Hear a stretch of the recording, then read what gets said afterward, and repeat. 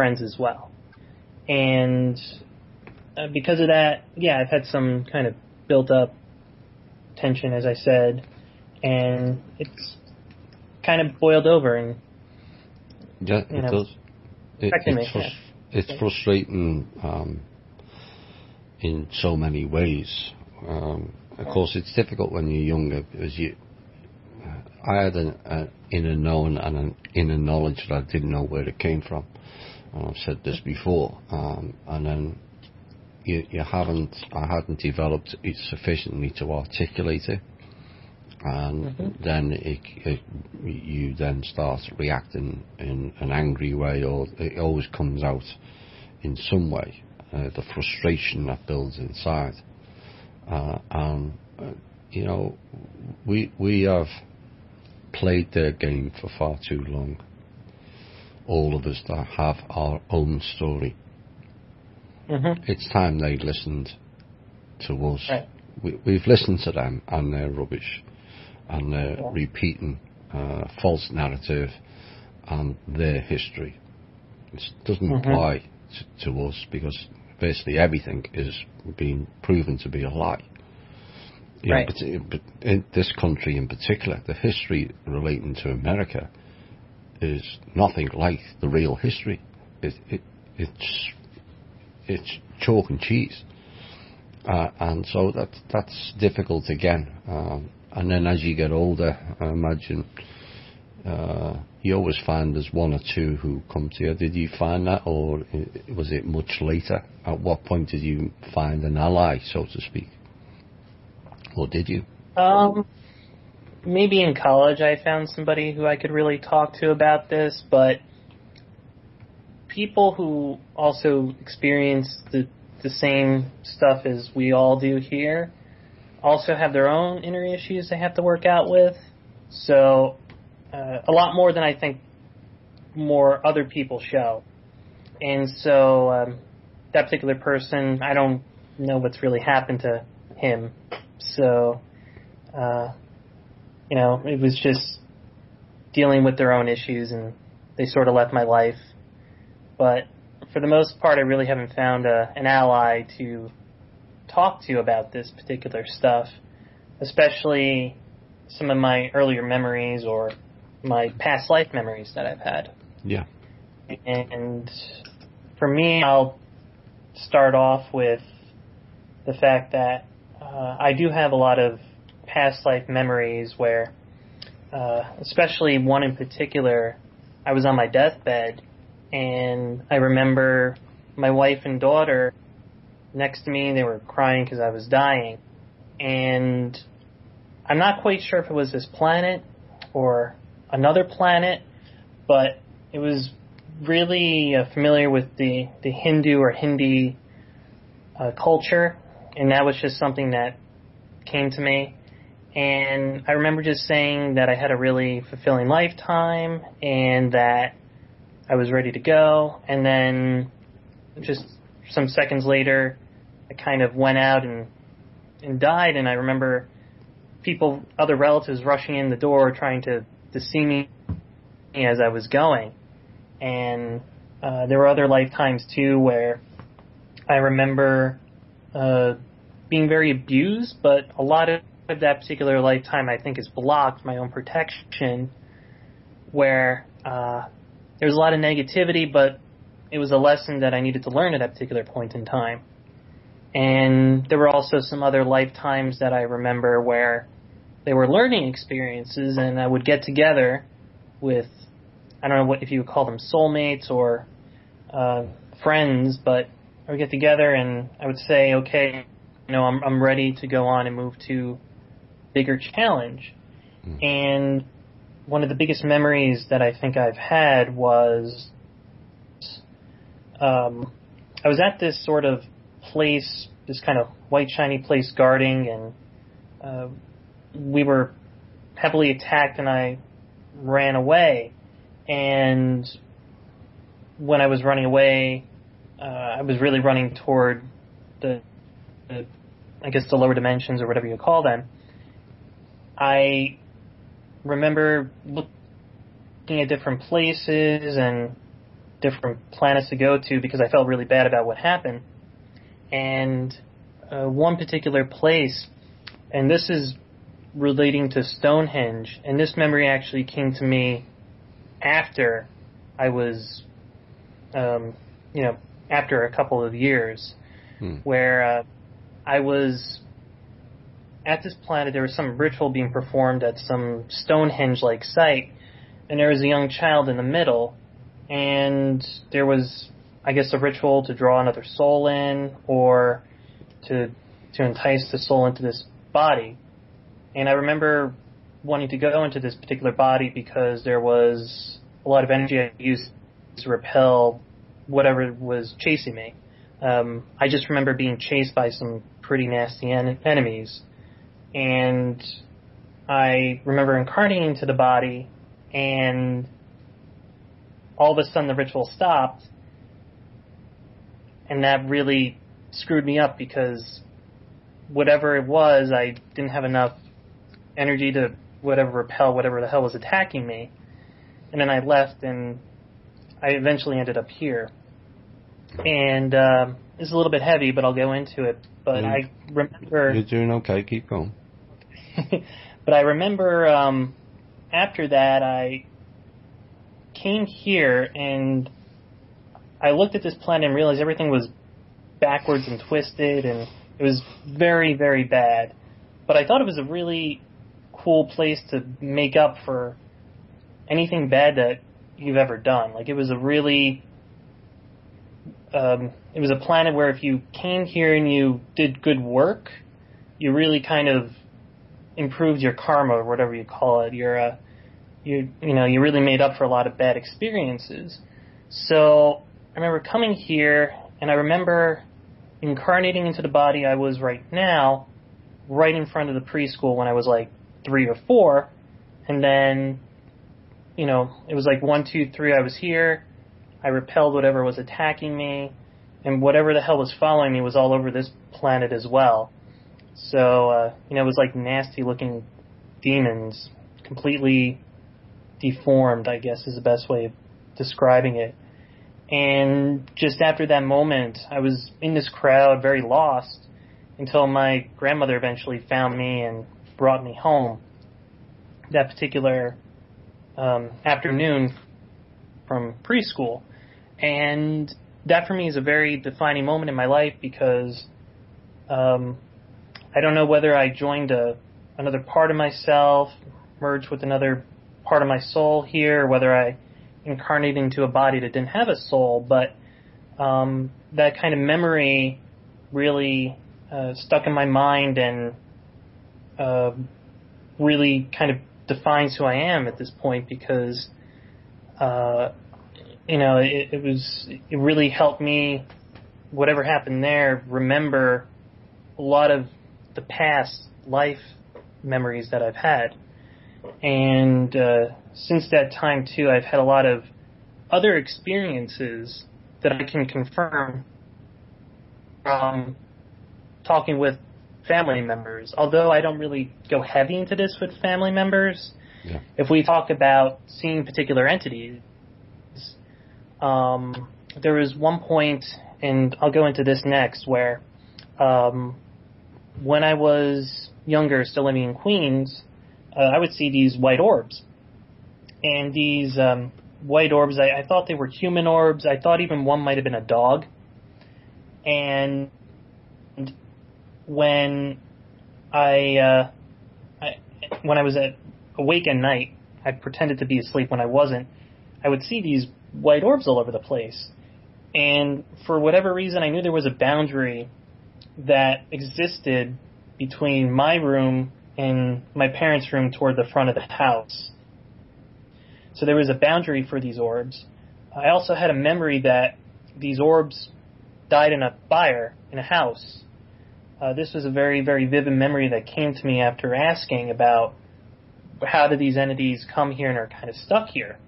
It was I got this image of a fire burning from a candle that ran too low, and the wax hit the table and the whole place burned. And there was an incident I remember one time where I was like, oh, I want to catch one of these people in the act, where one of the female orbs came in and manifested as her human form and tried to either tuck my brother in or whatever it was. And I got up immediately and started shouting, started screaming. My parents woke up and everything. And they immediately just were very angry with me. I could sense that, and went away. And for me, that was a very... I regret doing that because they were trying to do a good thing, and they also got their revenge a little bit later, where I remember walking toward the back of... This is an apartment complex that my grandfather used to own. So there were two apartment complexes, and my family lived in the front, and there was a back one. And there was a door for the back one that I was opening, and I remember opening the one in the back door, and all of a sudden, not like 3 feet or 10 feet in front of me, like 3 inches in front of me, there's this guy with a Polish cap, like staring at me, and I'm like running away, and it's starting to chase me, and I'm stumbling as it's chasing me, and I just start running toward the front, and I just remember being really scared and stumbling, and all of a sudden when I got to the point where I thought it couldn't reach me, it just disappeared. And I remember talking to a couple family members about that, and they said, oh, they don't really like to talk about it, but they had saw the same exact person describe the same exact way I had that had chased me. So that was a big confirmation for me. The other thing, too, was at another grandparent's house, there was a particular darkness or sort of entity looking at you, or I felt that in one of the rooms there. And it, I was really didn't like to go into that particular room. I later found out that another family member on that side of the family also felt the same way. And that was also another confirmation. And I think it was about 2015, 2016, I no longer felt that particular entity or maybe portal was there anymore. So I know you talked about how a lot of work was done in New York City. So it could very well be that this particular entity or whatever darkness or whatever that was removed, but that was sort of the status at that point in time where I didn't feel it anymore. Yeah. Yeah, there was a lot of work done on the higher level between 2000, particularly in this last 4 years. Not so much this year. There's minor things to attend to, but there was a lot of energy work done between 2012 and 2016, where certain structures were collapsed and certain entities were stopped from interfering and certain entities left. So certain, of course, during that time also led to the collapse of the control system that we've had here. With the Draco, the parents and the coven started collapsing because they didn't have that reinforcement that they've always had.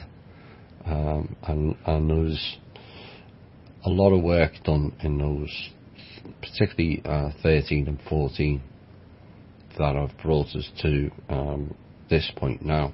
A lot of that stuff I haven't really covered in the shows for various reasons, but there was an awful lot of outside work done that enabled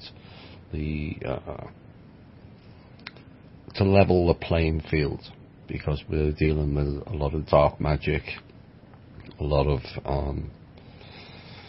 illusion, mirror tech, you name it. They were, negative frequencies and using certain other technology that they were using for rogue purposes, again, to keep us trapped in the illusion. And a lot of that collapsed in 13, 14 and 15, and so much so that 2016 was relatively quiet because they were waiting for that 4-year loop and to complete their cycle, which they failed to do. And I knew that back in August of 15, but we had to let the movie play out, and things that should have happened on a better front and manifest in a better way would take place in 17, what should have took place in 13. So that's part of the aspects of that. So these experiences, and I'm going to cover some aspects of it, is it's given you a lot of hidden knowledge in many ways. So you, unlike many, will not fear death, given you know that is life after death. Is that something that gives you confidence and spares you? Exactly. Yeah, I have very little, if none, fear in death. I don't have any fear in death because I feel like I've experienced it already. So it's really kind of silly to worry about dying when we've already done it. And I think a lot of what I remember too is because I decided that I rather remember who I was than try to give myself an advantage by knowledge that could help me in this particular lifetime. So I think at one point in this experience, I made that decision where I said I want to know who I am, and I think it's more important to know who I am than know how to do calculus or something that might help me out on this planet. And I don't regret that at all, because I think it's super important that we all remember who we are. As you said, we're all souls. We're not just a body here. No. And I think a lot of us, even myself, tend to forget that or even doubt that. Yes. I'm just here to encourage people not to really fear, because fear is just, false evidence appearing real. But if time, maybe you want to talk about that, and then we'll get into some aspects of... You're breaking up a little bit. Yeah, I think they're messing with the show a bit, actually.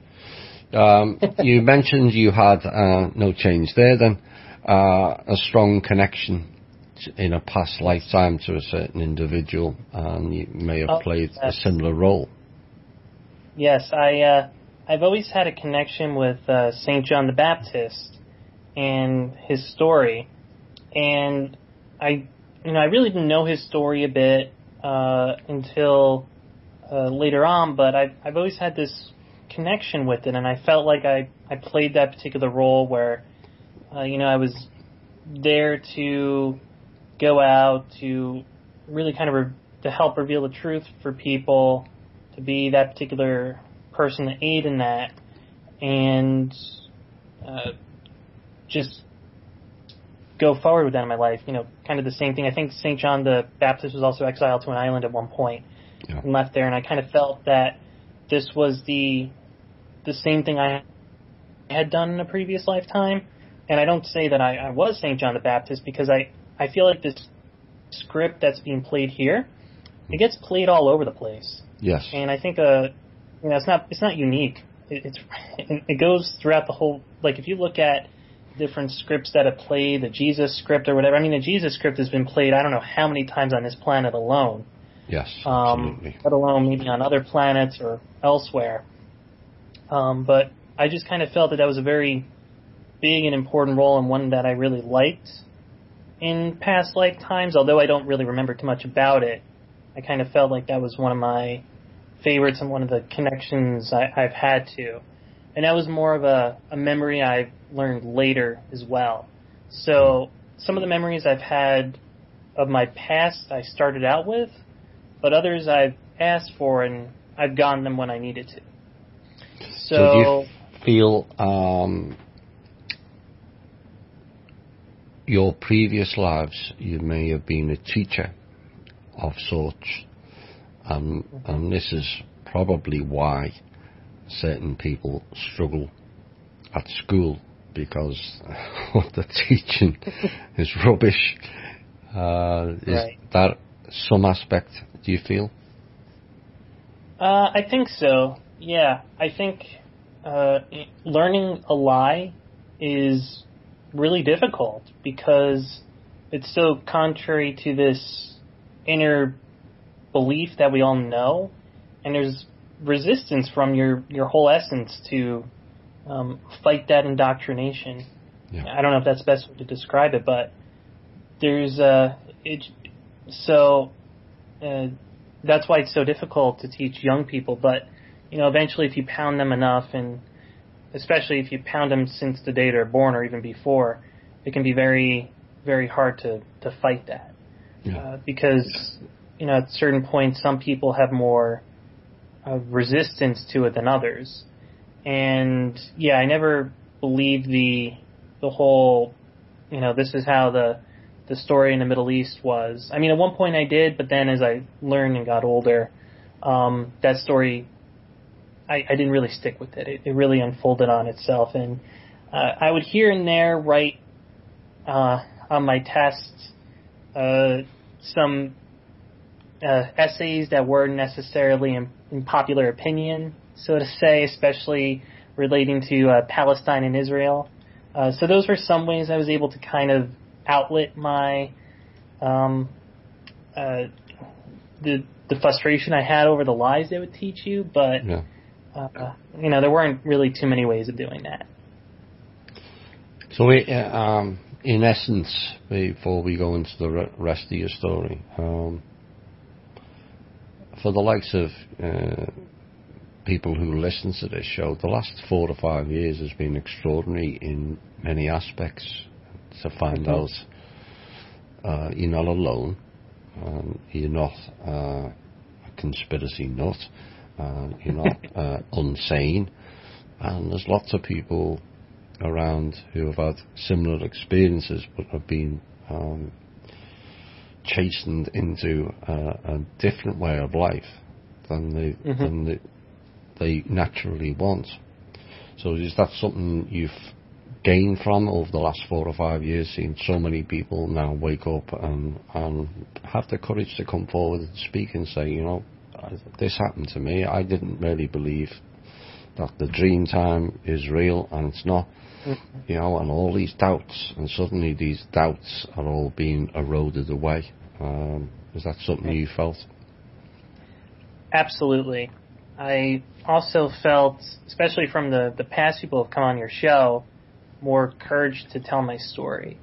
And I think the most difficult thing for all of us, as we mentioned before, is accepting the criticism from other people. But again, it's just at this point, I don't need that. We could just ignore them and create the world that we want to. They could have their own little thing there, and that's okay. But for me, I want to go forward and actually understand the truth. I want to hear other people's stories, and even like my own story. Part of it may not make sense right now, and some of it really doesn't make sense to me. But that's because right now some of it I don't need to know, and it's a learning experience. I feel like a lot of what I'm experiencing right now is what I needed to experience, and that's going to be very beneficial. I think that applies to a lot of people in their soul life. I say the soul life because we're just more than this here. Yeah. And I think, just coming out and saying it also for me is releasing a lot of tension and energy that would just build up and produce negativity that will just be detrimental. Yeah. Yes.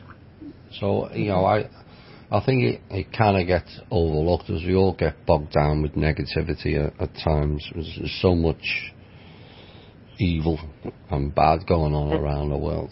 But the fact that we're able to do these shows and it encourages people to be themselves is, to me, is a progression. And this is what we're all here for at the end of the day, to develop and progress in the right manner. I mentioned on Chloe's podcast before, is the Cabal actually showing us a life lesson of how not to be. So when we go forward into our next life, and our ego may go out of balance, and you remember what we suffered in here, I think we'll be a lot more in a more beneficial position to go, you know what, that is not correct. Everyone has a role in life. There's no categories and labels and boundaries and borders and all that nonsense. It's all about divide and conquer. So, carry on. I was never really a big fan of religion or, you were black or you were white. For me, I was very fortunate in a way because I never grew up with these prejudices. I generally saw everybody as equal. And I think even though I lived in an area where you're mostly white and you were either Catholic or Jewish or Asian, I was never really affected by, there's a Protestant over there. We can't have them as friends. So I was very fortunate in that, and I never really believed what they told you in religion class, and it was just a bunch of baloney. It was, even though I held that in my mind, it was, it's all lies, and they always pick and choose what they want to apply to. I mean, if you really apply the whole Bible to something, we all should be executing each other, Yeah. Well, I think it was you I spoke to yesterday, and I mentioned if religion was so good, and 4.5 billion on this planet are following it, why aren't they all nice people? You did mention that. If it was such a fantastic concept, you would have 4.5 billion people living in a caring, sharing world. But they're not. So then, to me, even though I knew from a young age, you look at it from an overview point of view. What's it actually doing? Is it improving your life, or is it not? Well, clearly it's not. Because clearly there's not 4.5 billion on this planet who are caring and sharing and looking after each other. And that's when the program, which is what it is, breaks down. Because there's no answer to that conundrum. If it was so good and so beneficial and so love and so light, we'd have loads of people on this planet all looking after each other. What we've got is a disaster where society does some heinous things all for the love of money. It never ceases to amaze me the depths some people will go to earn money. Again, it's another energy illusion. You use your energy to work so you can earn money to buy rubbish. You can't even call it food these days. Religion's the same thing. It's giving your power away. When really, if it was of any value, it would be teaching self-empowerment. but it's not. It's all about giving your power away, which is giving your energy away, which is illusion and harvesting and all the connotations that brings. Now, one of the things before, we'll probably go into a music break shortly, but you mentioned about in the Ghost and Orbs section that you felt New York was generally worse than Long Island. Why do you say that? Just because the darker entities that I felt there in New York were, they had a much more darker intent. I don't know the best way of putting it, but their more evil or darker energy was stronger in New York City. Yeah. It was just like that, and I'm not saying Long Island was a lot better. There's a lot of bad stuff on Long Island. Yes, we're talking projects. We're talking Plum Island there. There's some horrible stuff, but it was generally a lot worse, and I feel like it is a lot worse in the cities where there's more people and more energy to loosh off of than where it's less dense.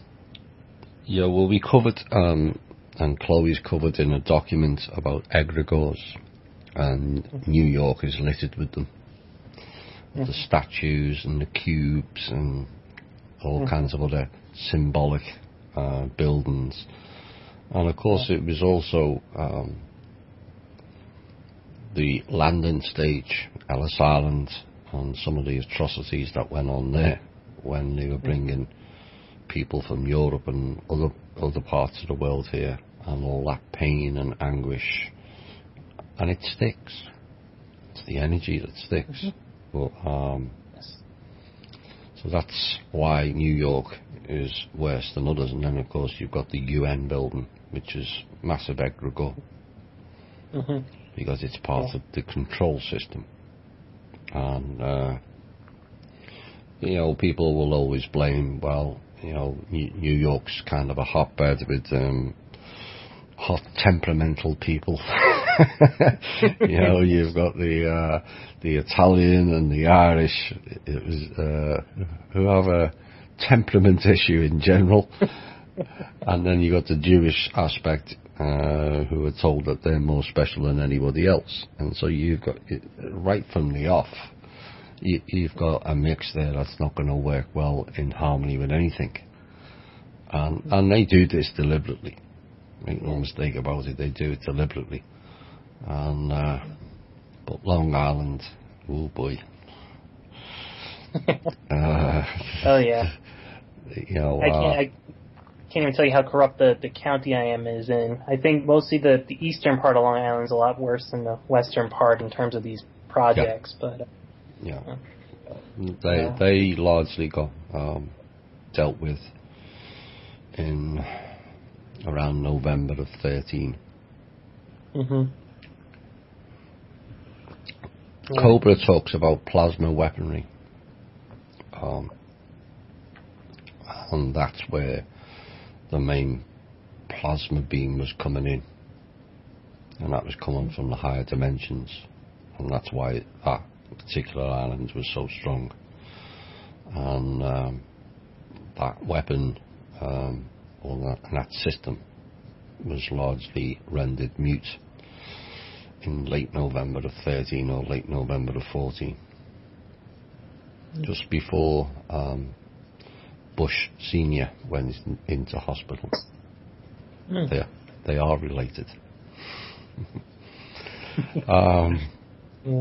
So you had probably the last thing before we go into a music break, you had a out of body watching a Disney show, of all things.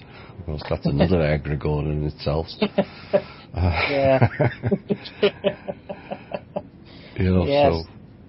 So this one is an interesting experience because it was a Disney show called So Weird. And the reason why I'm going to call this show a Disney mistake is because this show actually told you a lot of truth. It would always start off with, something ET or something extra dimensional or, ghost or whatever it was.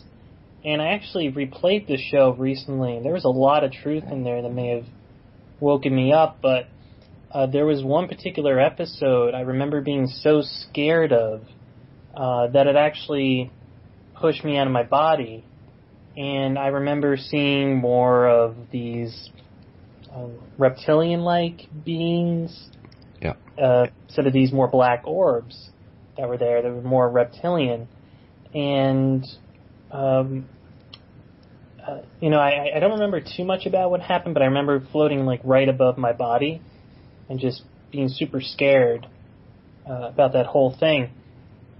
And I don't know if I was a protected spirit. And in many ways I do feel like some other entity is really protecting me a lot, because I've had a lot of near-death experiences, both physically and sort of almost not making it back to my body in time, where I felt like somebody was just there to help me, or some of these bad entities just couldn't touch me the way they wanted to.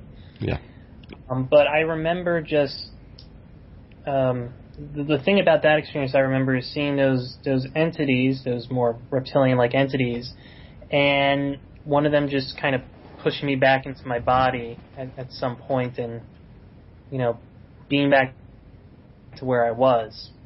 But that was just a very interesting experience, because I never scared myself out of my body before.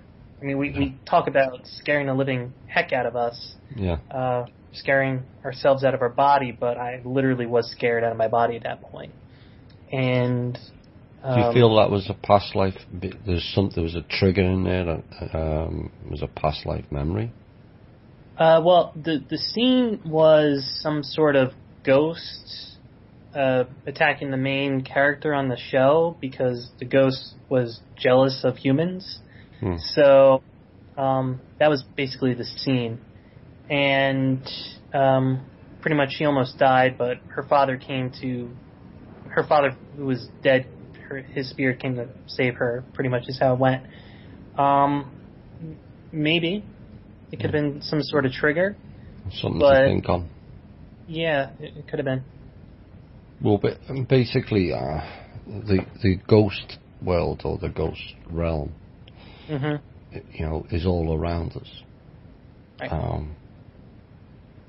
We all operate in the same space in many ways, and occasionally, because our eyesight has been manipulated, where we see in a very short bandwidth, and our hearing also, we only get the occasional glimpses of these orbs or entities. The body will tell you, but too many don't recognize their own intuition. Like when you walk into a room and one person just feels really off, and you just shake your head and go, "Oh, you know, I'm being silly." But no, those people are really off. You know, that's your higher self going, stay away from this person. This person doesn't resonate. And then you'll come up to another person who you've never met in your life, and suddenly you can talk about anything. Right. What you'll find is your soul family. And you know, it's about being able to recognize. You know, it always gets passed off as synchronicity or this and that. No, it's just reminders, because we all know everything. We've just forgotten. And it's about putting all the pieces of the puzzle back together again. And the ghosts aspect is they're caught in the evolutionary scale, where they're stuck in the etheric. They haven't gone to the lower astral. You may not want to go to the lower astral, because that's where all the entities and disease comes from, the lower astral. That's where cancer comes from. And they would like to get back into the vessel, because the vessel, or the physical vessel, provides that energy field with a security and a safety. And that's why they appear and they haven't been able to cross over where they can then go to whatever personal evolutionary level they've attained on this planet, whether it's the lower astral, the higher astral, which is in essence the biblical version of heaven and hell, and then you've got the four mental planes, and that's where they get stuck. And occasionally we will get fleeting glimpses, and people are starting to see more of these fleeting glimpses, not just the ghosts and the orbs, but old cities appearing and islands appearing and disappearing. They're all there. It's just that they're on a different vibratory frequency than we can interpret. Same as the Draco and how they come in and use the vessels. They may look human form, but only because we can't see in that manner. If the vibration frequency changes, you'll see them for what they are. Yeah. Which is bone ugly for the start. Maybe we're not quite ready for seeing those type. I know there's some in the group who have seen it, but trust me, it's not. There's some things I'm really not ready to see, and I know that. But you're absolutely right. And then I relate this story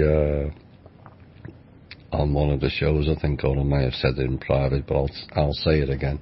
When there was some sort of a meeting taking place in the dream time, and I knew it was going in, and these people will be telepathic, and I was standing outside the door waiting to go in, telling myself, don't say, oh my God, you're effing ugly. As I knew I was meeting a particular being that's really unpleasant on the eyes, and I go, no, think something different. And I walked in, and it was the first thought, and you could see the smile on the face, and the response back, well, you absolutely smell awful. So, as they think the human body odour is not too pleasant to them. Well, they're unpleasant on the eyesight, so. But I was like freaking out. No, clear your mind. So that's some aspect when we return to the organic and full organic, and we get our telepathic abilities back. You can't lie then, as it all comes out. Maybe that'll be kind of unpleasant. And this is part of the soul journey now, where I spoke about the masks of illusion coming down.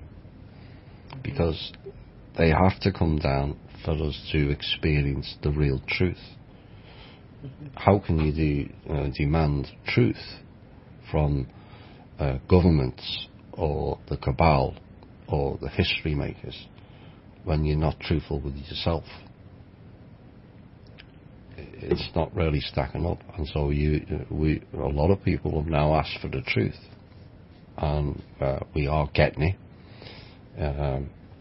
Some feel it's going too slow, or others feel it's going too quickly now because there's that much volume of it. And so we'll get into that in after this music break, when we'll start talking about your journey and where it all started from, and how you woke up, as we call it. Yeah, so there's a lot for sure. Yeah. So you picked the first one, The Voice, and you picked this song as well, which is another favourite of mine, and we'll be back after this. Hi all, and welcome back to An Evening with Thomas with guest Carl Appel. We had an interesting first hour where Carl has explained some of his experiences, which in general terms in life is kind of extraordinary, and this is the difficulty we've all been through, where we've had experiences that can't be described too easily, and certainly can't be relayed, because of the way society has been set up. and it's difficult. So that song, Carl, You Raise Me Up, you've done a rather good job raising yourself up with the way you carry yourself off. But you also mentioned yesterday you had a lot of help and support from your parents. Yes. So, no, in general, my parents have been really supportive of me, and, although, we're all programmed to believe certain things like the doctor's rights or, other general programs, for the most part, they've been really supportive and just, whether it be helping me out financially with something here and there if I need it, or whether it's just needing somebody to talk to. I know more recently we've definitely talked about the past and my childhood and just trying to reconcile that. So that's been kind of an uplifting thing for all of us. Yeah. And I'm just very fortunate in that regard. Good. My parents were a bit of a disaster.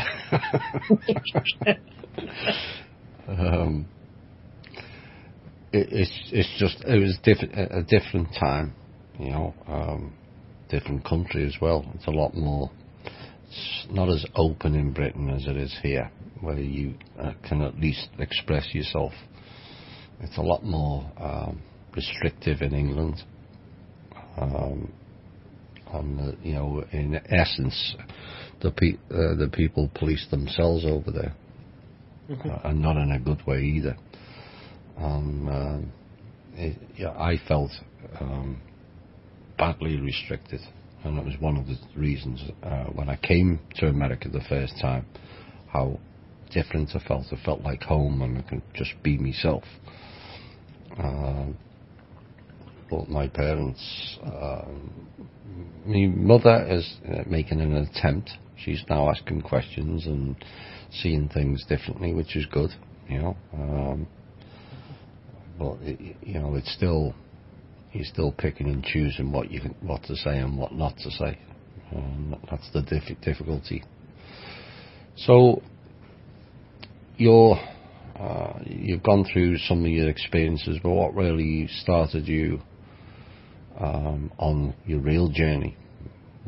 Was there a particular show or a particular website or whatever that got you learning and involved in all the alternative media, as it's called? Yes, it was actually on the History Channel when they were doing specials and shows on UFOs. I knew there was something there, and it just really fascinated me and turned me on. And because at that time, which was when I was 13, so this would have been 12 or 13 years ago, when the internet really came into play, I had a lot of ability just to go online and watch all these videos or read these blogs, and I had, from there, just had this curiosity to just continue forward. And I would just watch different things about UFOs, and, that led to other related videos related to aliens, and then time traveling, and then, spiritual realm. It just all connected with each other from that point on. Yes. And it was really an eye-opening experience. One thing, though, that I do remember very clearly was there's a little voice inside of me when I was doing this search, was saying, "Oh, don't look at anything further." There was like this voice, and I had the decision at that point to decide whether it was worth continuing my journey or just going back into, this is the way the world is, whatever. And I just chose to overcome that voice and continue to do more searching on different videos and everything. And that really led me to different places ranging from Project Camelot, Project Avalon, and I actually left Project Avalon because everybody there was just getting way too negative, and I knew there was something really off with that particular place. Yeah. It was like all of a sudden everybody's just saying, "Oh, just put your head in a hole and the world's going to hell." So and everybody despite being so negative was always had this time to talk about how everything was so negative. So it was really a downer for me. And as I just searched more and more, I've just kind of developed myself, and it took many years for me to put together the whole piece. And this is something I don't mention to too many people, but as I learn more about my health, so the fluoride and the minerals and whatever it was, I decided to get off of the fluorinated toothpaste, and I decided to take more of these vitamins to help me out. And as I did that, especially getting off the fluoride, that really helped me put everything together. I don't know what it was, but a couple weeks after I started just using fluoride-free toothpaste, it all clicked that, everybody's in this together. There isn't a politician that's there for you. They're all lying to you, pretty much. And I had allergies that were horrendous, where I could not breathe through my nose for 9 months of the year. But once I started taking these minerals and different vitamins from this guy, Jeff, who unfortunately isn't with us anymore, he was an alternative nutritionist. Once I took vitamins that he recommended, my allergies disappeared. And that kind of helped me also think and connect the pieces together in my head better, and really kind of put me to where I am today. Yeah. Well, part of the problem is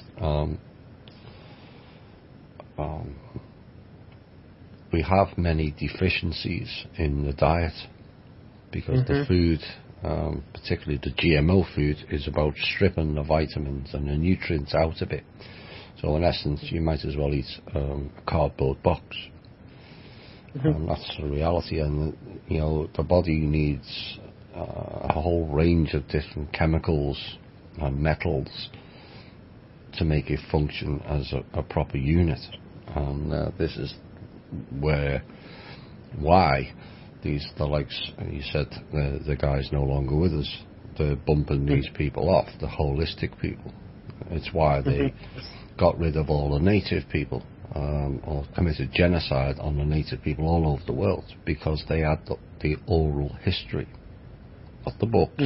So it could always be passed on, but you can get books and set fire to them. The Catholic Church has done that right throughout the ages. And as we go forward, you'll realise that these minerals are helpful, but eventually, once you find out who and what you are, you also realise you won't need them. But it's a good jump down or step down from the pharmaceuticals to the minerals, to then put back the nutrients and the vitamins and the metals and the chemicals that the body needs. And then once you really step into being you and who you are, the idea of taking pills will seem ridiculous. And this is what humanity will go back to eventually. All the plants are there in a state of emergency. You have the ability within yourself to fix anything.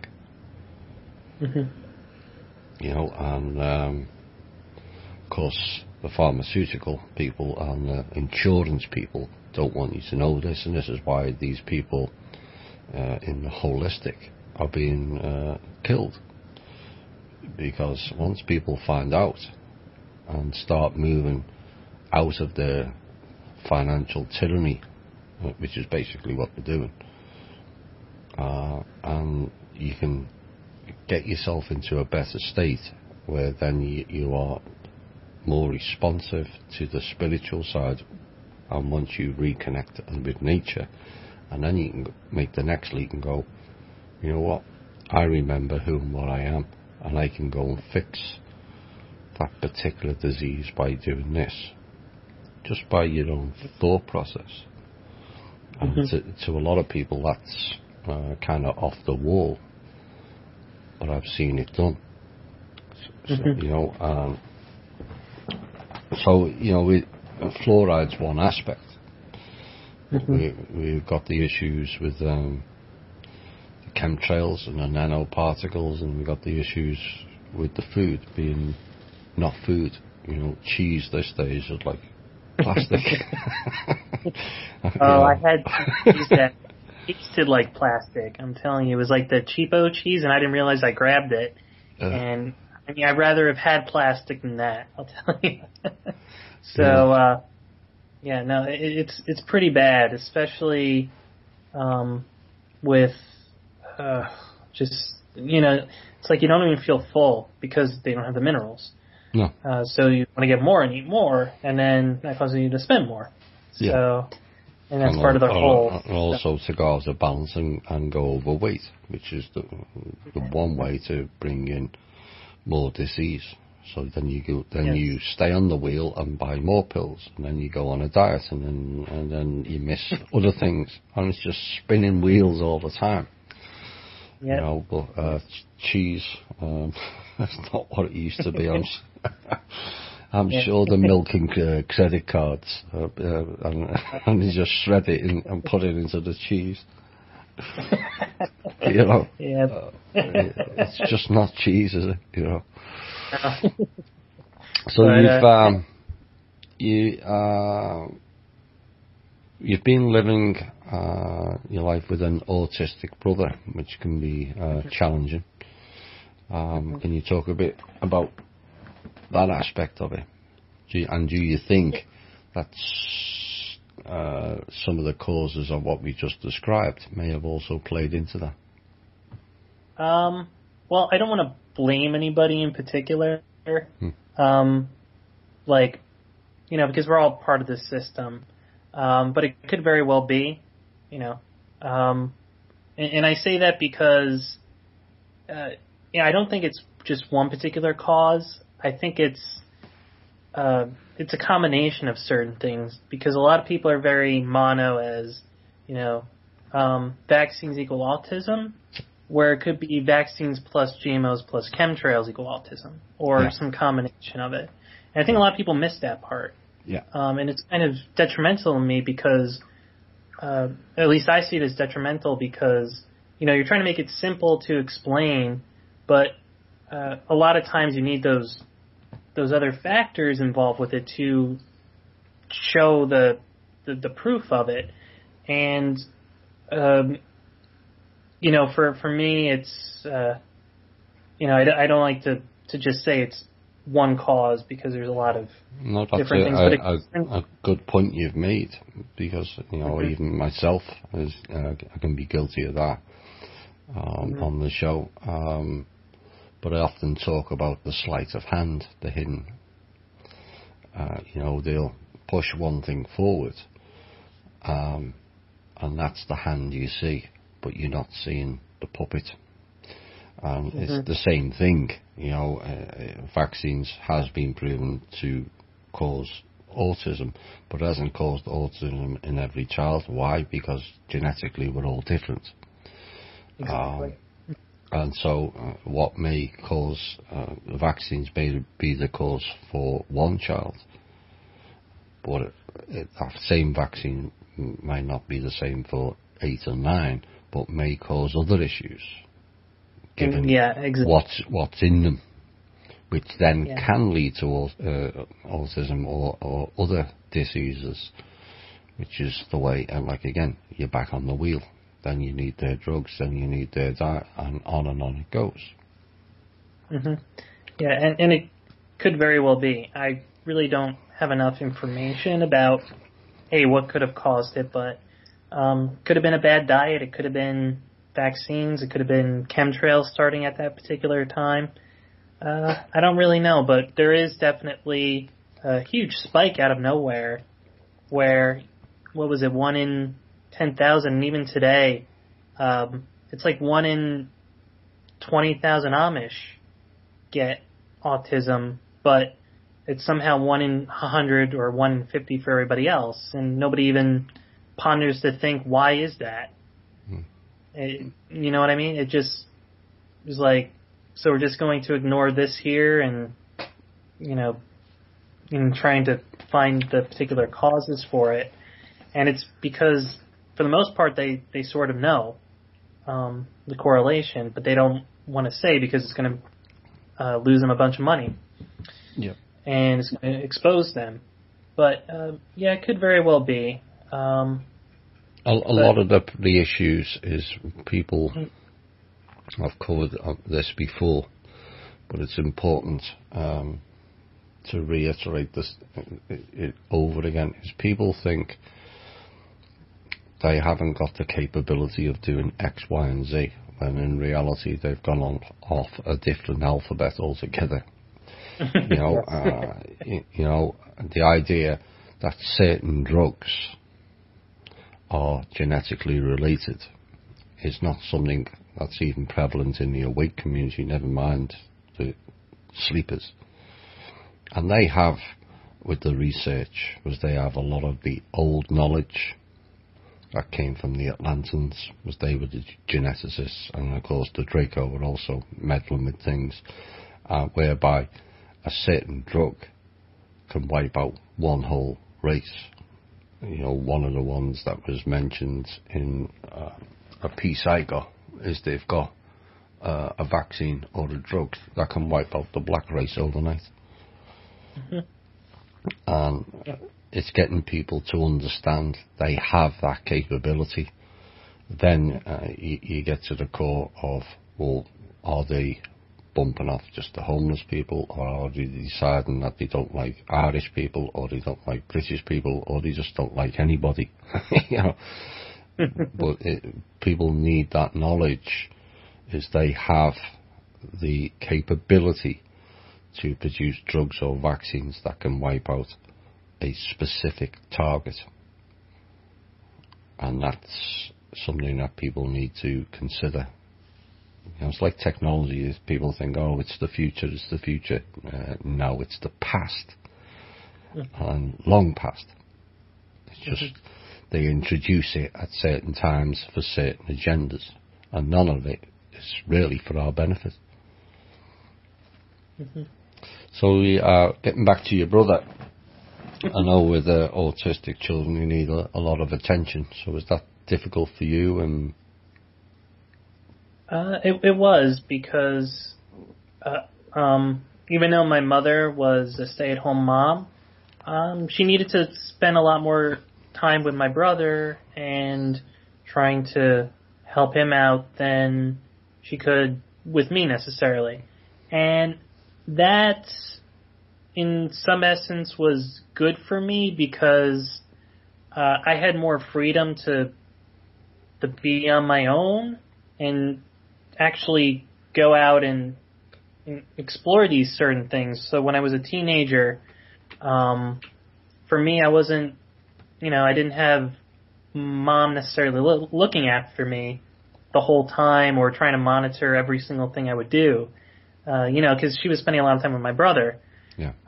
So for me, it allowed me a good amount of freedom.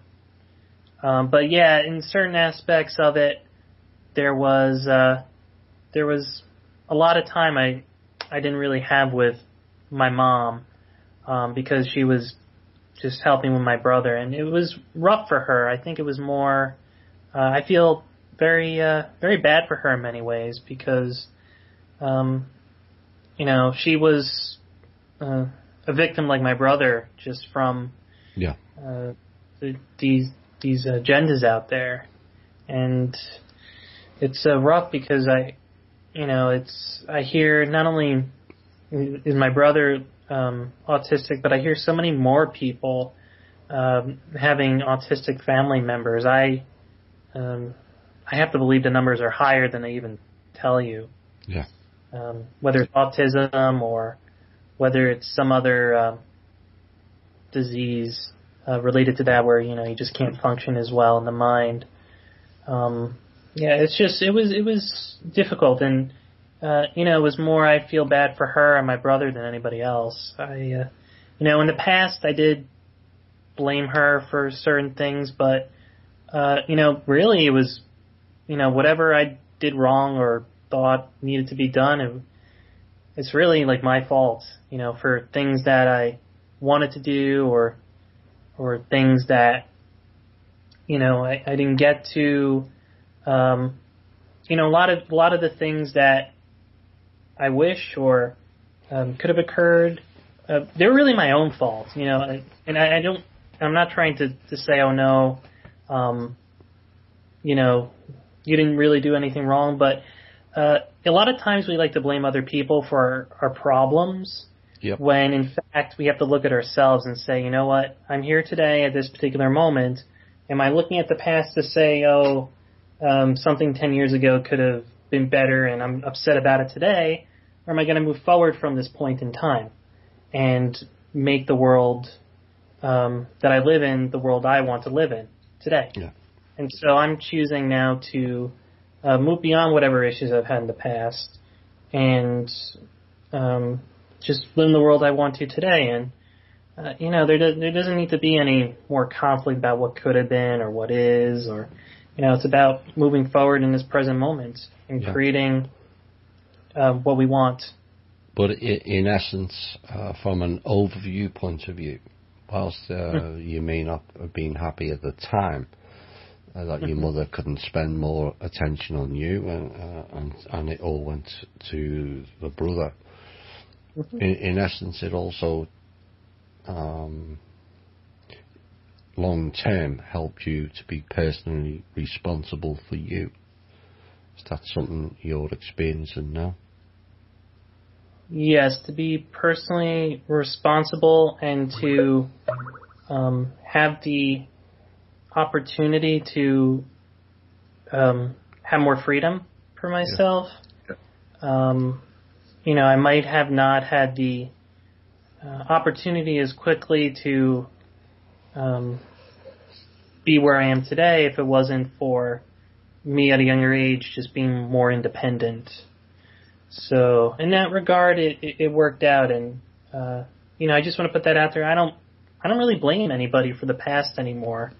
Especially the past couple years, I've really tried to work that out. And, at this point in time, it just, let's just move on from that. What was. And, that's where I want to stand with that. Yeah. So I went through that myself. I just seemed like I was battling with everyone when I was younger. In a frustration. And I had this knowledge and certain experiences that you just can't get out, which then eases the burden and elevates your own confidence. And it just turned... my youth was a bit of a shit show, to be quite honest. And I don't think the parents helped, but I don't think I helped either.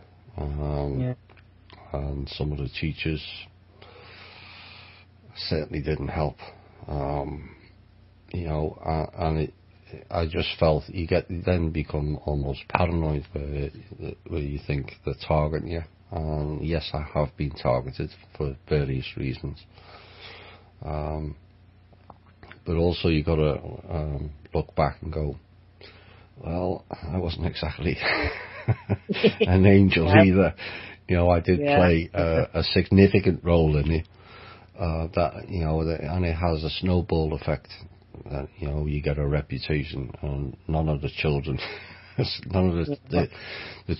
I played with when I was younger, none of their parents wanted them to be with me because I was always getting into trouble. The minute I got out of home, I went wild.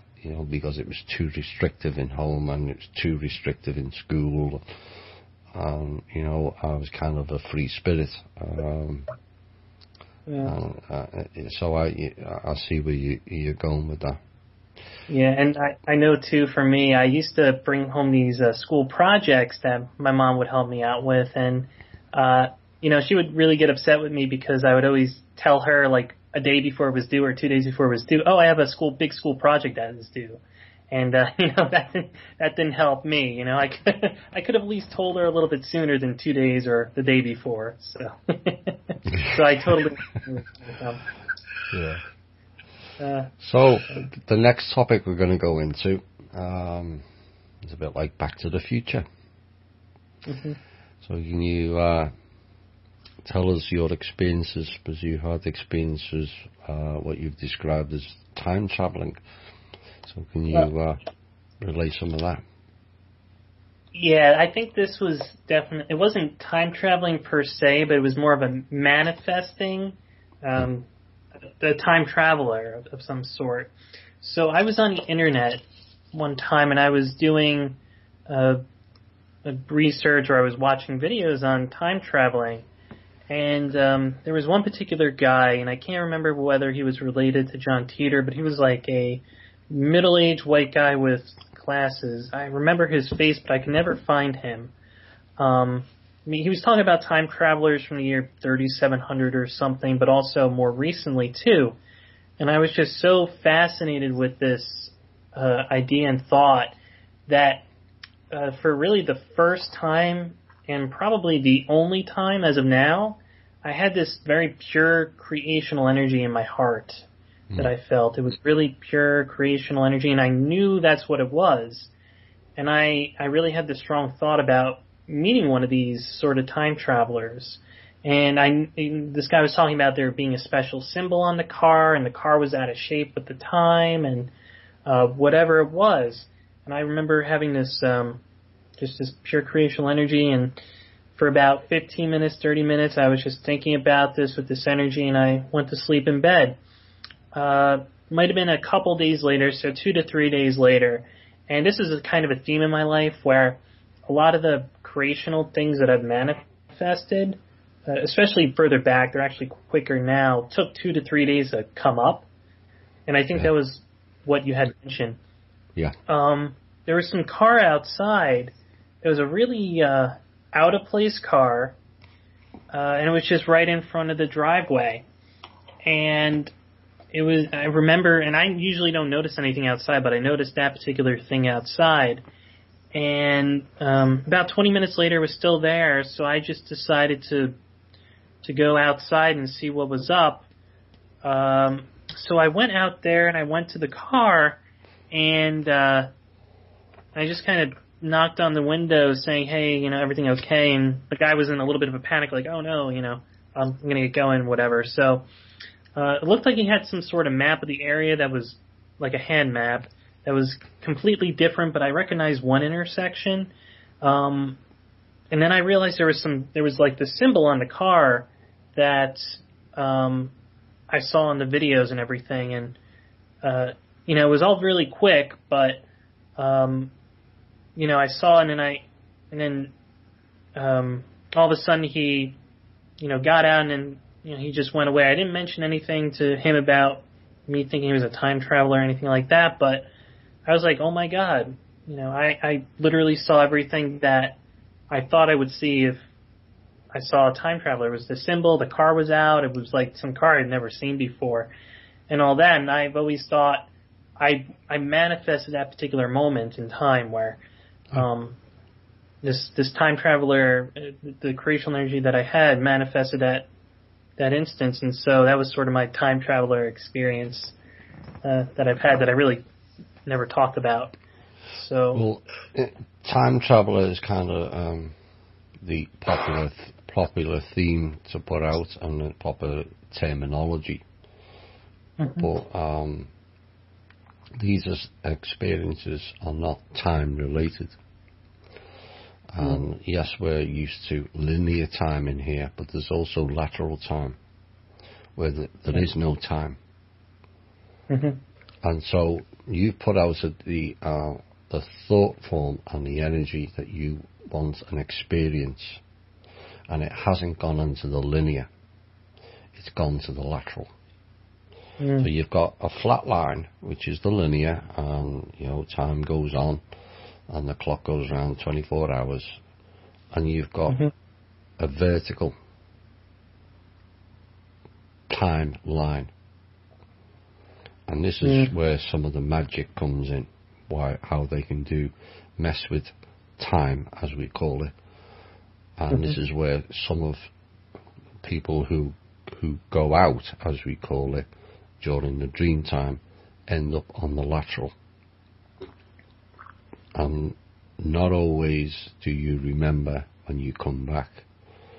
You might get a glimpse of it, and because there is no time on the vertical line, you could be away for thousands of years, but only being out of the vessel for 2 hours. How are you going to possibly remember? And so this is, again, that's something that needs to be taught on a worldwide level. Some of the real ancients knew about this, but there is no time. Time is part of the construct to get you regulated. And you, like I said, you go out of the vessel, and depending on where you go, because the further you go out, the more time, as we call it, is distorted. And so what you've experienced is, for want of a better term, a time jump. You've pulled in the energy from the lateral to the now. And that's something that maybe you need to, and anyone who's listening, to consider. Linear time doesn't really exist. It's a part of the illusion. And this is why they can do 4-year loops and all that other nonsense. So, yes, you did create it. And don't let anybody else tell you any different. And if you can create that, then the next stage is, what else can I create that's going to be better? Not just for the self, but for the all. And that is the next learning curve. I have created that situation. Well, that was nice, and I saw that. What else can I create? What else can I do that can change things for the benefit of the all? And again, that's something you need to ponder on after this show. So, the main thing that most people know you for, was you've been on the show and you came on, is the National Liberty Alliance. How did you get involved in that, and what do you do in National Liberty Alliance, and how is it going? So that's a good question. I actually got involved with National Liberty Alliance through the interview that Drake had on Cosmic Voice. So I had jumped from Project Camelot to Cosmic Voice through hearing about David Wilcock. And so I heard Drake, and I was just really interested in that.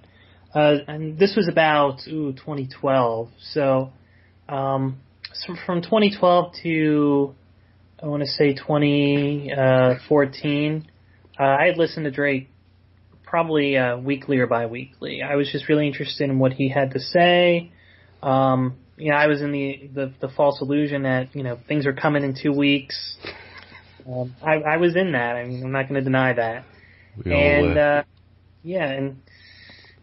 So I was going through a really down time, the period 2013 to 2014. A relationship of mine was kind of falling apart.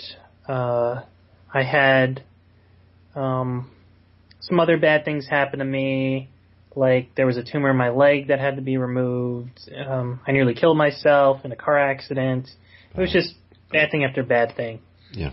So at one point, after in 2014, I really asked the universe itself to kind of help me go into like this direction. I wanted a group organization to really go in and help with, because I felt like there wasn't really anything at that time I could go and join. And it was like a week later, I had heard John on Drake's show, and I just said to myself, okay, this is the show that I was called to hear, and this is the organization I want to hook up with. And I joined. I was more involved locally, and then a year later I became more involved nationally with helping with their technology stuff. So I help with website improvements here or there when I have some time, or some organizing, but not really as much anymore.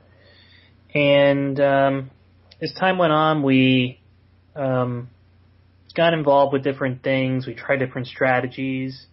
At this point in time, it's really the same issue that we've had. It's about enforcement. We really have trouble finding people who are or have the courage to go out and enforce. And that's just that. You can be right all you want, but if you have nobody who's going to enforce it, and you don't want 20 different people from your local community going out because it just looks like you're overthrowing the government is what they would think, and declare martial law and everything. So you got to do it right as well, and you got to look legitimate. So these are just some of the issues that we're having right now. And the I've just been involved with that still. I've had my ups and downs. We've had our ups and downs throughout there. I think having my own business allowed me a little bit more time than most to help out with some stuff there, but in general, I've just been mostly doing technology stuff for them now. And I visited, and it's nice because Gerard and John live relatively close to me. Yeah. They live like about an hour and a half. John lives from me, and Gerard less than an hour. So I've actually been able to visit them in person and see them. So it's kind of nice to be a part of an organization where you can also visit the leaders of the organization and know, hey, they're actually real people and they're not CIA agents. Yeah. It's nice to know. It would have been a really, really interesting disguise they put if they were CIA agents or something, But no, this is the beauty of the internet and also the downside. And of course, America is in essence, I'm talking about the lower, is 48 different countries. They may call it states, but they're big enough. Yeah. Some of the states are bigger than countries. And you go from one coast to the other, and it's 3,500 miles. It's not round the corner. Yeah. So I've never met Drake in person. Even now, I've met some of the members. I met 2 of the members last week. We had a really good time. It was. I think I would like to meet more. Because I'm just this voice on the radio, and people can see my picture, but you want to get the resonance and the energy that people can pick up. Is he real? Is he not? And the fact that you've gone and met John, his heart's in the right place, and I think he's fighting a battle that needs to be won. But until people show enough courage, this is the problem with Drake. Drake asked for support from the militia, and no one responded. And I mean no one. It's all right, them training, but you've got to have the courage of your convictions, and this is where we the people in general are lacking at the moment. Talk is one thing, actions is another. you know, and so it's kind of cool that you've met John. I look forward to meeting all the members one day. So, you know, basically what you see, it's always nice, is what you hear, as you don't always see. And I know John does radio as well. Like me, he's got the perfect face for radio. Sorry, John. But you know, it's always nice to meet the guy in person, or the girl in person as well.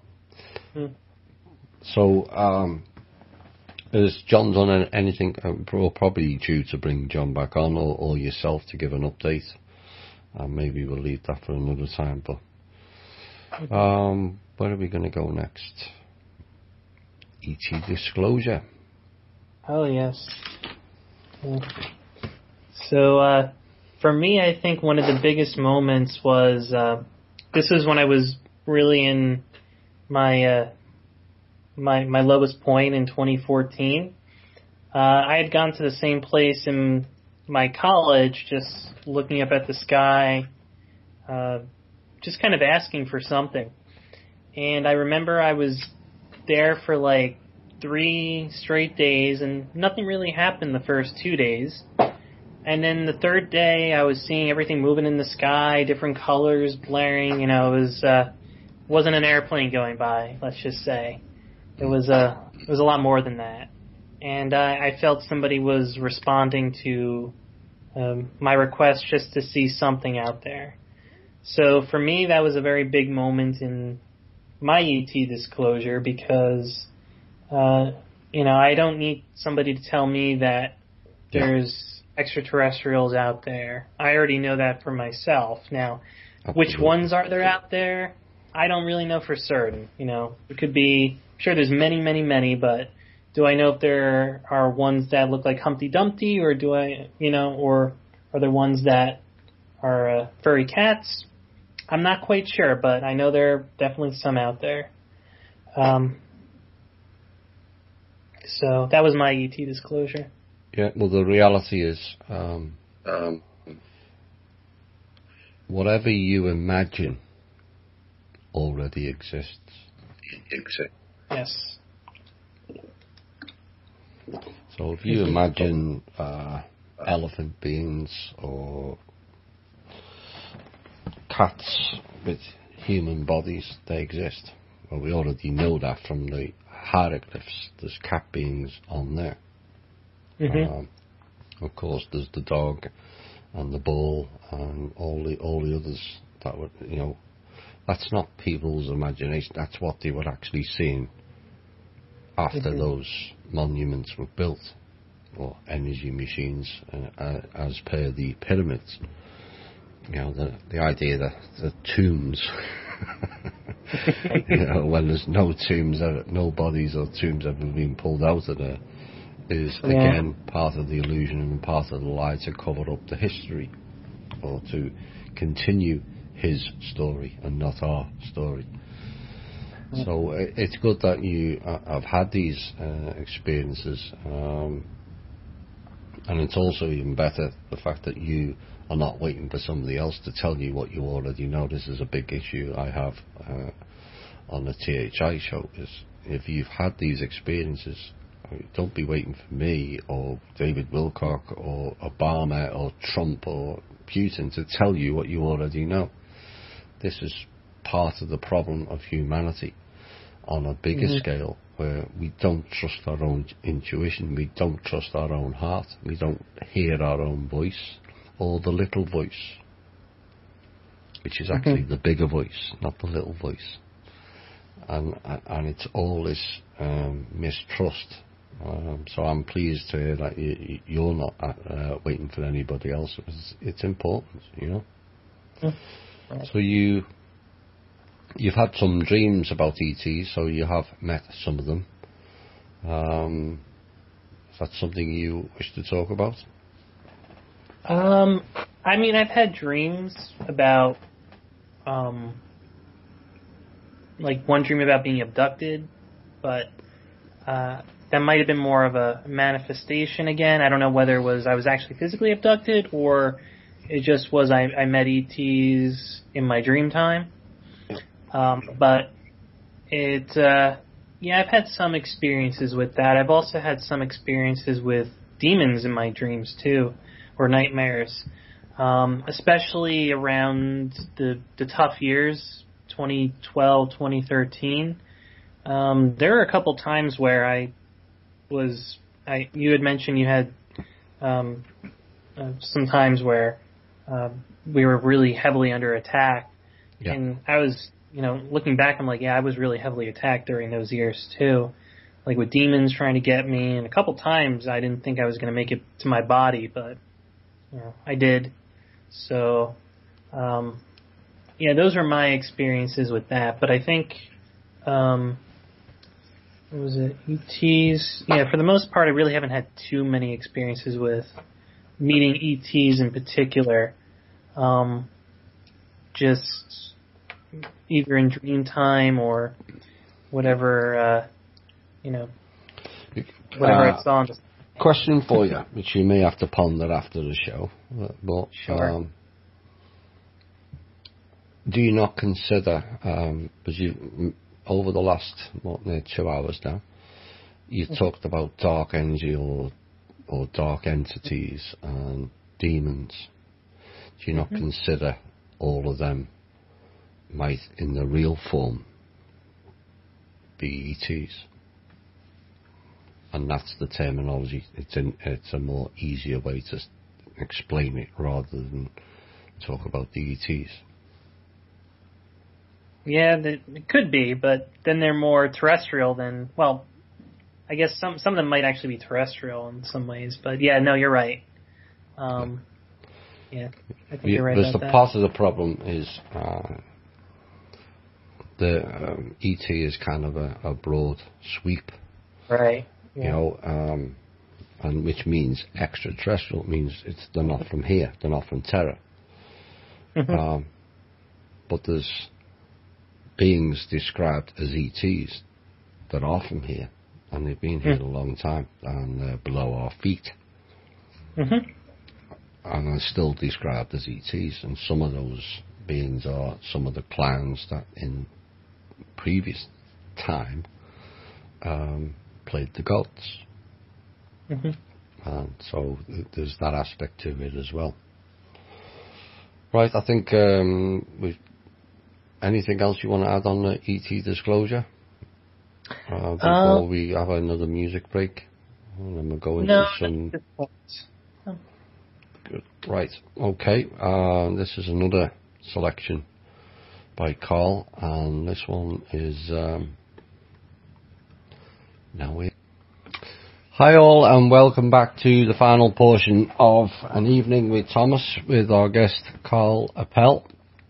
And we've had some really interesting discussions in the last 2 hours, and we still have more to come.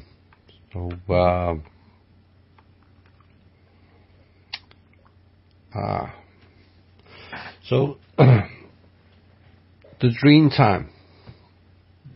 You've been experiencing quite a few issues in that, and possible ventures. I'd like you to go into mentioning some of them, as these are interesting.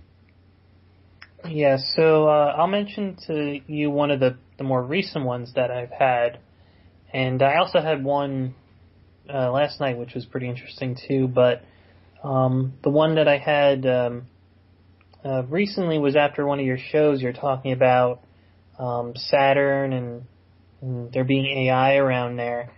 And the night after, I actually had a dream where I was in Magic Kingdom, and I was wandering around in one of the mansion areas there. And there was a soul trap, whatever, in one of these buildings, but I kind of knew where it was and was very cautious of it. And I was more of a guy trying to get in, infiltrate, and do my mission, whatever it was. So I went past this place, the mansion place, and I went toward the front of Magic Kingdom. And I remember seeing the people starting to come in for the opening of Magic Kingdom that day. And it was probably around 9 or 10 o'clock in the morning. I was still asleep, and I think it was, I can't tell you what day of the week it was, but I was still asleep. And I remember there being like a console in the middle of it with a connection to Saturn. And people were going right by it because it was, if you imagine people coming into security, and people going toward the entrance, it was more of, it kind of makes like a triangle. And it was like right in the middle of that triangle console. And I remember going to the console, and it like teleported me or connected me to Saturn, and there was an AI there that was screaming when it saw me, and I was just kind of kicking it and punching it. And as I was doing this, I woke up in my body. Wow. And I was like, whoa, this was a very interesting thing. You had never mentioned anything about Disney in particular related to this, so I thought maybe either this was a mission I did to finish up some stuff, or it was something else. But I had thought when you had mentioned the whole AI thing in Saturn that there was still something left that needed to be done.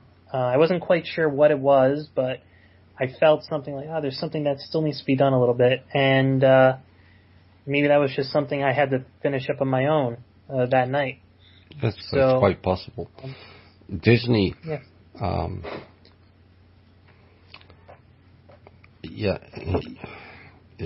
it's fantastic, the theme parks, but it has a darker element to it.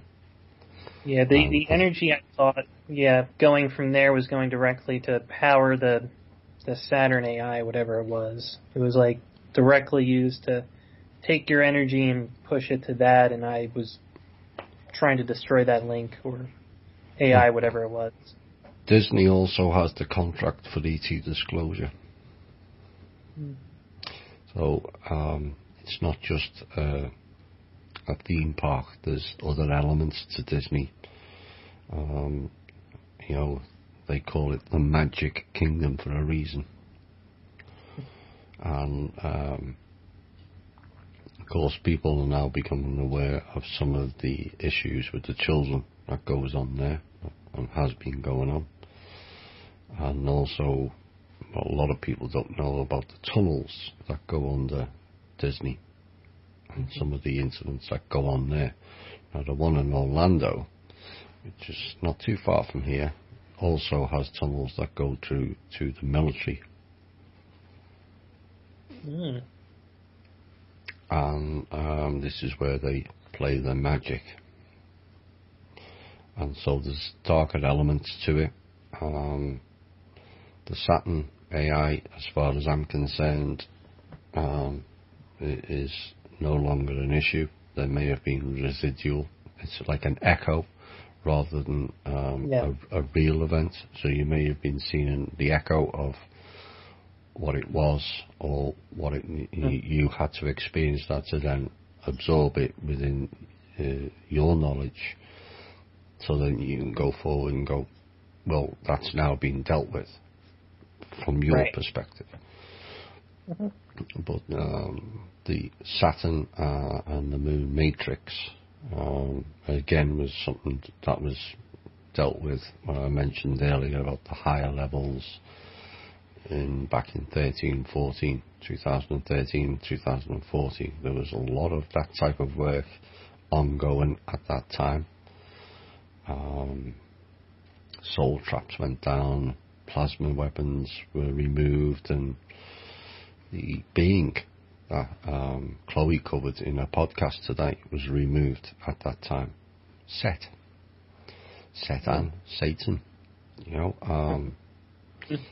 and so you're likely that you witnessed the echo of it, the recording, and you had to experience it yourself to see the end, and maybe you played some role in it in 13 and 14 without realising it, and you had to be shown it again to then experience it over what you think is now, but it was actually back then. Yeah, it could have been. It really could have been. And so Yeah, no, that doesn't surprise me at all. And then, I've had other dreams, especially last night, where I was going over a bridge, and essentially I was like going over a straight bridge, but I was going like was going in loops like a roller coaster over this straight bridge. It was really weird. And at the very end, somebody told me that, you didn't really need to make it as difficult as you did. It was just much simpler than what you allowed it to be. And yes, this is kind of an ongoing thing. There's simple solutions to everything. We have, because of the way society is set up, which in any walk of life, banking could be made simpler, education could be made simpler, and more truth for a start. Science could be made simpler if they just stepped off the pedestals that they're so much better than everybody else. And because science appears complex, that it is, when nature is simple. Yes. It's everything is simple, or should be. It's just been made to look complex. It's like law. You mentioned National Liberty Alliance and covering the law. Well, if you go on common law, there's only 4 laws, so it's simple. You don't need all these section 3 blah blah this and paragraph that and babble. No. Yeah. So so there's your example in something you're already involved in. It's just made simple so everybody understands it. 4 laws, 4 rules, and that's it. Right. But on and on it goes, Yeah. So it's interesting that you mentioned 13 and 14 as a struggle, because it was a struggle for many who were operating outside of here at that time. There was a lot going on. And so I would suggest to you that you were part of that, and that's why it was manifesting in the awake time, as it's called, when the real time is the dream time, when you can go into lateral. And a lot in here, and there's quite a few in THI and other groups who were doing this type of work at that time, who were going through difficult phases where they were losing partners and loved ones and friends, and accidents were happening, and all kinds of chaos that they would throw at the ones who were doing the dream work, what's known as the dream work. So look at it that way. It's their sign of frustration and desperation that they will throw things at you in the awake phase. That's all it is. It's desperation, because on the bigger picture, through that time period, they lost. Yeah, and like you said too, I felt over the past year and a half, things have been a lot easier for me in terms of overcoming these sort of issues. Of course, I have more issues balancing myself now with this two-world I guess is the best way to put it. But I felt that before you even mentioned it. Like there were 2 different paths, and it's like, which one do you choose? And it's like another, it's like this game never ends, and it's like, in essence, everything is 2 worlds, light and dark, good and evil. The best thing is to balance everything. Right.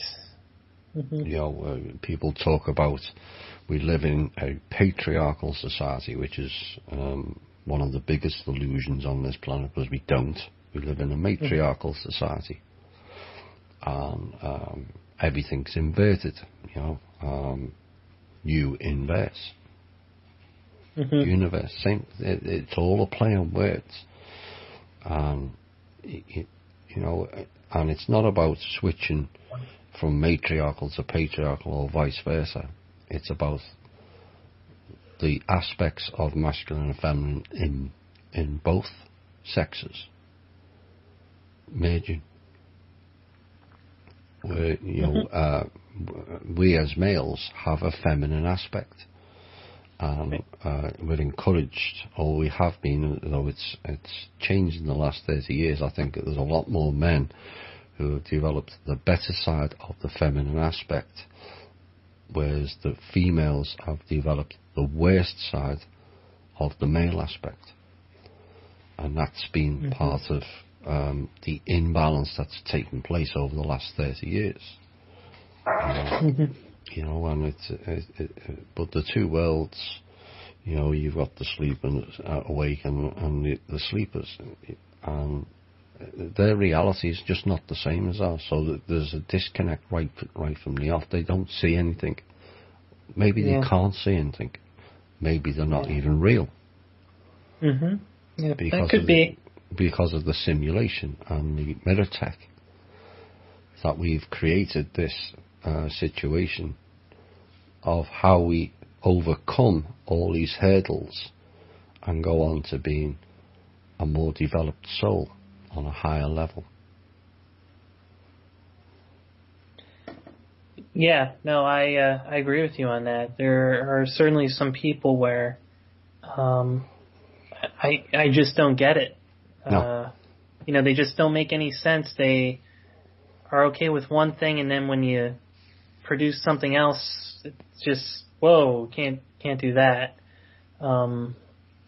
Yeah, I just don't get it with some people. And a lot of what we may see here, again, as you described, it kind of resonated with me, where a good portion of the people here might not be real. It might just be part of the illusion, and it's really difficult to face that. Like, even the people who you think are real may not be. No. It's tough. I mean, who wants to say, hey, you say maybe it's closer to 10 or 15%. I think it may be a little bit closer to 30 to 50. It doesn't really matter, but we find out these numbers. But even still, it's like, wow. It's like, you were just an illusion. You were just an illusion, or who knows? We all could be. We might all be okay, and none of us may be an illusion. Really, there's always you never that know. possibility. It's one of the things here. I remember putting it out when I was in Cosmic Voice before I became an admin. I was kind of naive in some aspects. I thought, if Americans find out that they've been paying income tax illegally since 1933-34, that would tip the balance. And then the CEO of the IRS goes on the idiot box and tells you it's voluntary. Where's the uproar? And this is part of the problem, where light just rolls on, and we're all shaking our heads going, well, can't they see this? They've already been told. And this plays into the Cassandra letter. We fed you the information. You didn't believe the truth that you were told. Yeah. But a lot of people don't. Yeah, a lot of people don't want to spend the time to free themselves, and that's a big issue. A lot of people just want to be doing the same thing they have been, watching the football game, whatever it is. And to me, it just doesn't make any sense at this point anymore to continue doing the same exact thing, expecting different results. Absolutely. So, current struggles. Have things moved on from the difficulties in 13 and 14, or you still have residual things that you feel that you have to overcome? For me, I still have some things I need to overcome. They're all internal, though. And I noticed this more recently, where a lot of the unhappiness is not because somebody was doing something to me. It's because there are just some inner things I need to work out for myself.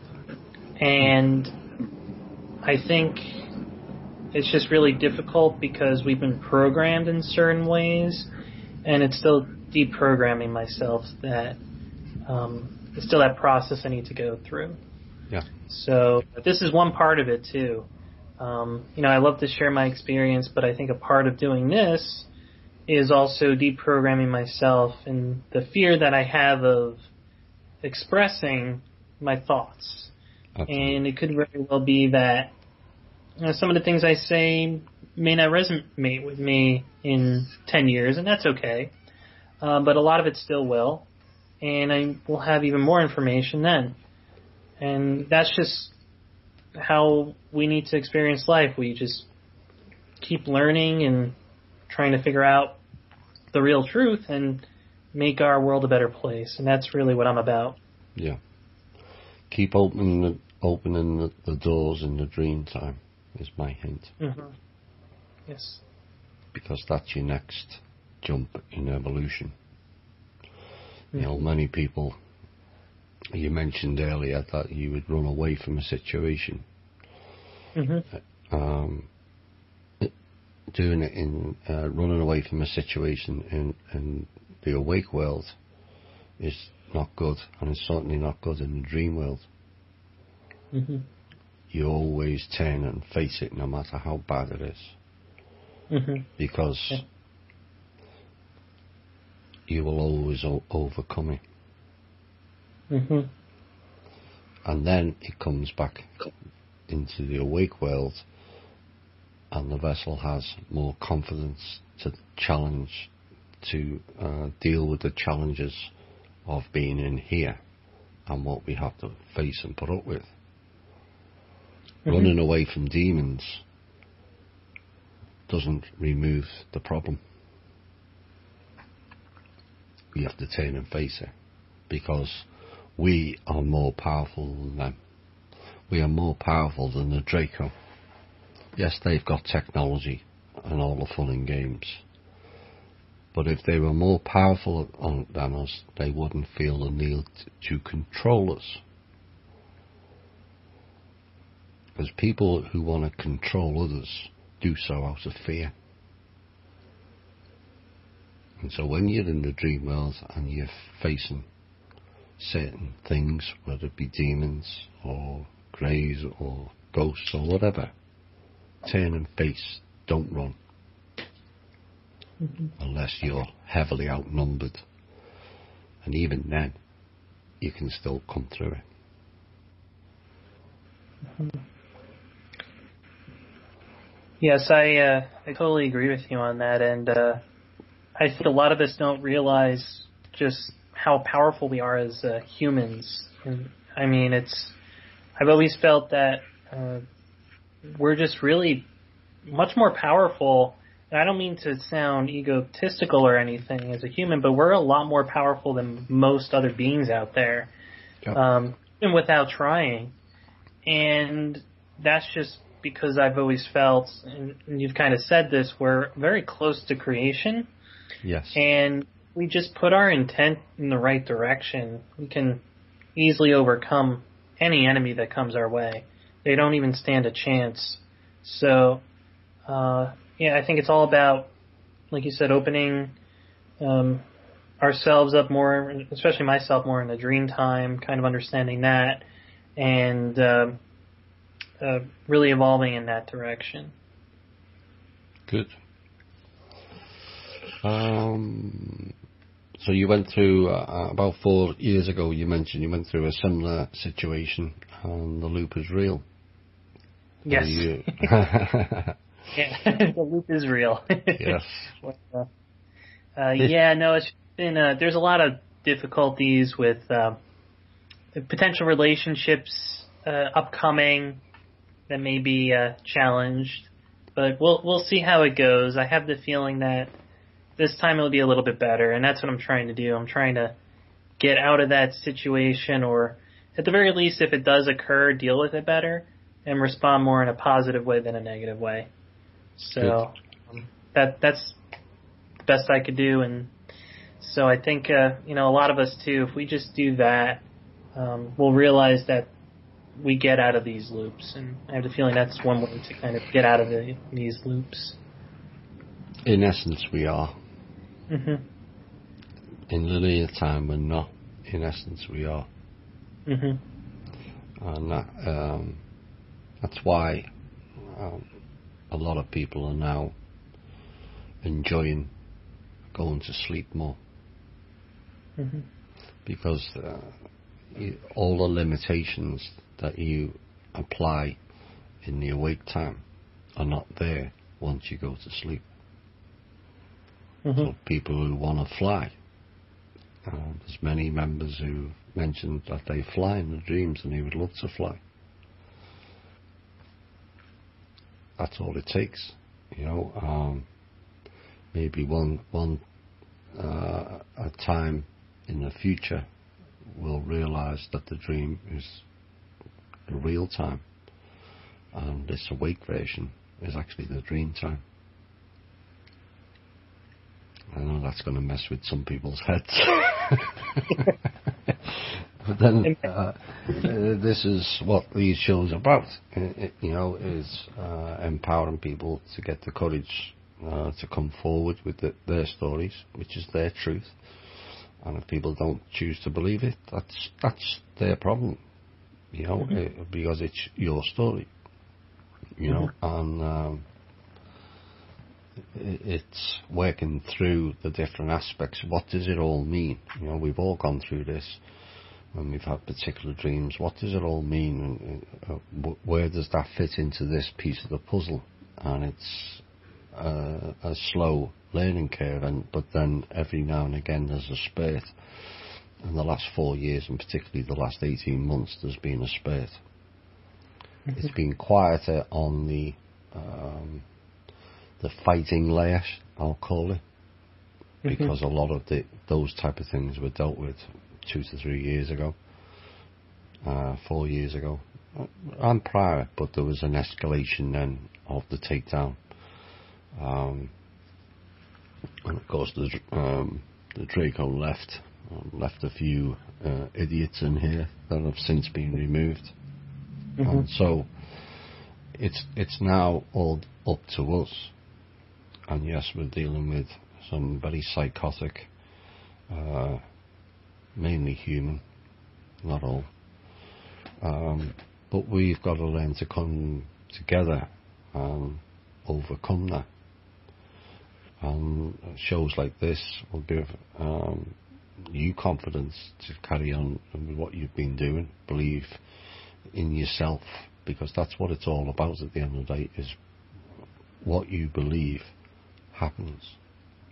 Mm-hmm. I mentioned about, I think it was summer of last year, that manifest abilities are much more prevalent now. Doesn't mean to say it's going to happen instant, because we're not in that sort of time phase. But people now have to be real careful where their energy and where their attention is going, because, like they always say, be careful what you wish for. Mm-hmm. The example was California. You had everyone screaming for rain. Mm-hmm. It happened, but it happened too much. Yep. Everyone wants to win the lottery. Well, most people do. I personally believe the lottery is just another taxation on the people, another way to strip part of your energy away. I'd sooner see 1 million people win a nominal amount that's going to improve their lives, not fantastically, but just enough, rather than one person winning a ridiculous amount that they don't know what they're doing, and you just end up spending it on stupid things. Again, external. It's not going to help your internal. With all these prosperity packages and the SARA and all this. Yes, we should be have debt eliminated, because we've been raped for multi-millions over our lifetime. And that would be a start. But then you get people saying, well, I'm not in debt, so I've lost out. But again, that's thinking of the self rather than the all. Because where the money is not needed to pay off your debt, it can go to paying and putting people who are homeless into homes, or it can people who don't have the luxury of 1, 2 or 3 meals a day. There's far too many of them. So it goes to better things. Mm-hmm. So I think we'll kind of wrap the show up now, and I want to thank you for coming on, and thanks for having the courage to tell your story. Oh, thank you, Thomas. And go forward with it. You have quite a few pieces of the puzzle. Mm-hmm. And there's a couple of questions in today's show that I've put forward. Listen to them again. And you mentioned that you're doing the meditation. So that's where you'll get more of your answers. That's where you then connect. You shut off the reptilian aspect of the brain, the mind, and go into the heart center. That's where you connect into your other pieces of your multi-dimensional aspect of you. That's where the big voice comes in, not the little voice, the big voice. So, anything you'd like to say before we play your final music piece? No, it's just more encouraging. Well, I would like to encourage people to speak out of their experiences, even if it may not seem like it's an experience worthy of people's times or whatever you may think. It definitely is, and just have the courage to come forward, because if we do that, we're going to have the courage to make the change that we need to in order to better ourselves and the planet. Exactly. Thanks very much, Carl. And anyone else wishing to come on and do this show, like Carl says, it doesn't have to be about ETs. It can be about anything. Just it's your story. We've had I think this is the 8th show, and some of them have common themes, and some of them don't. It doesn't really matter. This is about giving you the opportunity to come and tell your story.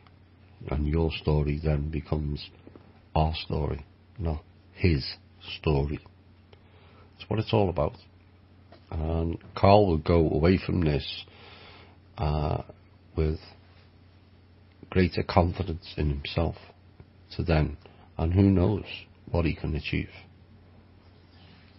No more little me, no one's going to be interested in my story.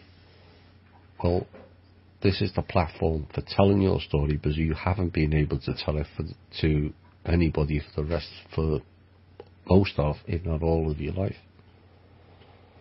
It's a safe environment. So, thanks for that, Carl. I'll be back next Thursday with the normal show, if we have normal shows. And enjoy the final piece, which is Pucifier and the Humbling River. And Carl's a humbling person, so it's kind of fitting that we go out on this. This has been An Evening with Thomas. My name's Thomas Williams, and this has been Carl Apple. Thanks very much. Bye for now.